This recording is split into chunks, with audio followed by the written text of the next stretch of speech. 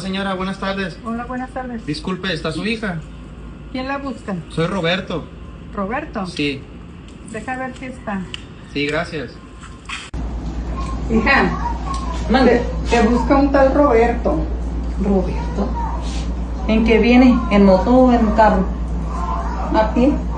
Ay, no, dígale que no estoy. ¿Que no estás? Bueno. Oye, Mándeme. no está mi hija. ¿No? No. Oye, te doy un consejo. Sí, claro que sí. A la otra que vengas, no vengas a pie. Viene en un carro o en una moto.